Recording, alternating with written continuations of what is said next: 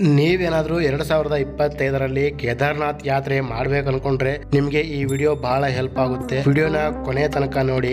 ನೀವು ಮೊದಲಿಗೆ ನಮ್ಮ ಚಾನಲ್ಗೆ ಭೇಟಿ ನೀಡಿದ್ರೆ ದಯವಿಟ್ಟು ನಮ್ಮ ಚಾನಲ್ನ ಸಬ್ಸ್ಕ್ರೈಬ್ ಮಾಡ್ಕೊಳ್ಳಿ. ಹಾಗೆ ಒಂದು ವಿಡಿಯೋಗೆ ಲೈಕ್ ಮಾಡಿ. ನಿಮಗೇನಾದ್ರೂ ಕೇದಾರ್ನಾಥ್ಗೆ ಯಾವ ರೀತಿ ಹೋಗಬೇಕು ಅನ್ನೋದು ಗೊತ್ತಾಗಿಲ್ಲ ಆದ್ರೆ ನಮ್ಮ ಯೂಟ್ಯೂಬ್ ಚಾನಲ್ ಹಲವಾರು ವಿಡಿಯೋಗಳಿದಾವೆ. ಬೆಂಗಳೂರಿನಿಂದ ಮತ್ತೆ ಇತರೆ ಜಿಲ್ಲೆಗಳಿಂದ ಯಾವ ತರ ಹೋಗ್ಬೇಕು ಅನ್ನೋದ್ರ ಬಗ್ಗೆ ಮಾಹಿತಿಯನ್ನ ಕೊಟ್ಟಿದ್ದೀನಿ.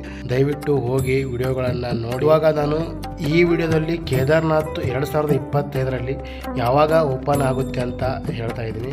ಕೇದಾರ್ನಾಥ್ ದೇವಾಲಯ 2025ರಲ್ಲಿ ಮೇ 2ನೇ ತಾರೀಕು ಈ ಕೇದಾರ್ನಾಥ್ ದೇವಾಲಯ ಬೆಳಗ್ಗೆ 6:20 ಕೇದಾರ್ನಾಥ್ ದೇವಾಲಯ ಓಪನ್ ಆಗಲಿದೆ. ಈ ಕೇದಾರ್ನಾಥ್ ದೇವಾಲಯ ನಮ್ಮ ಭಾರತದ 12 ಜ್ಯೋತಿರ್ಲಿಂಗಗಳಲ್ಲೂ ಸಹಿತ ಒಂದಾಗಿದೆ.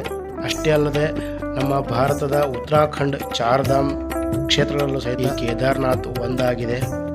ಈ ಕೇದಾರ್ನಾಥ್ ದೇವಾಲಯವನ್ನ ಪಾಂಡವರ ಕಾಲದಲ್ಲಿ ನಿರ್ಮಾಣ ಮಾಡಿದ್ದಾರೆ ಅಂತ ಹೇಳಲಾಗ್ತದೆ. ಹಲವು ಬಾರಿ ಈ ದೇವಾಲಯ ಜೀರ್ಣೋದ್ಧಾರ ಕೂಡ ಆಗಿದೆ.